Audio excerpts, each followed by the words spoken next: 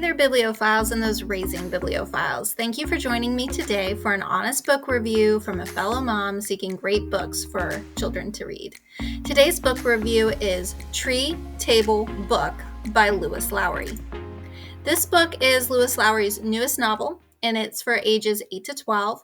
This is a precocious 11-year-old girl named Sophia Winslow, and her best friend is her 88-year-old neighbor, Sophia Gershowitz.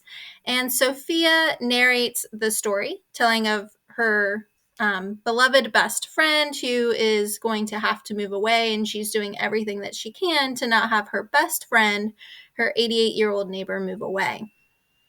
One of the reasons that she is possibly moving away is because her son is worried about her with her cognitive decline and wants to move her closer to him in Akron, Ohio.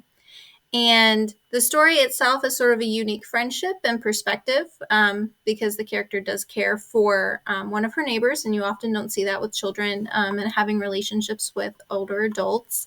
And so in her attempt to sort of prove that Sophia is fine and she does not have cognitive issues, she is trying to give her a cognitive test.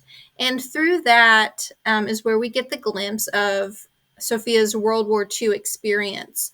And she was a young girl, and she had never shared anything about her experience previously, not even with her own son, but that's where you get the Tree Table Book title for the book. It comes from the test and then the stories that she shares related to them. One cute aspect of the story is that Sophia, the young girl, the narrator, she is trying to write a story, and the story that she is writing is the one that the audience is in fact reading. And in that, she's talking about how she takes the advice of a teacher who said, begin on the day that is different. The other main characters in the story are Sophia's best friend, Ralphie. Well, I guess he's not necessarily her best friend because Sophia is.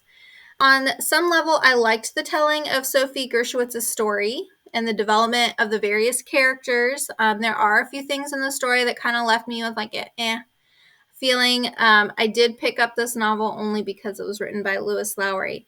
And I definitely would recommend that you check out my written review. I have some comments of things in there that the story references that you may or may not want your children to read. There is a little bit of profanity that's used, but then there's like asterisks put in. So I highly recommend you check out my full review. This is probably a book that I wouldn't actually recommend for some people to read. It just wasn't a powerful enough a story. There were aspects that I liked, but the stuff that was negative for me were the things that sort of outweigh whether or not I would want my children to read those. Reading from a secular worldview, people wouldn't find too much to criticize in this book. However, coming from a biblical worldview, there's definitely things in there that are questionable and things that I wouldn't necessarily want my reader reading. So I encourage you, take some time, look through that if you're even considering this book, and hopefully this information is helpful for you as you are making those decisions.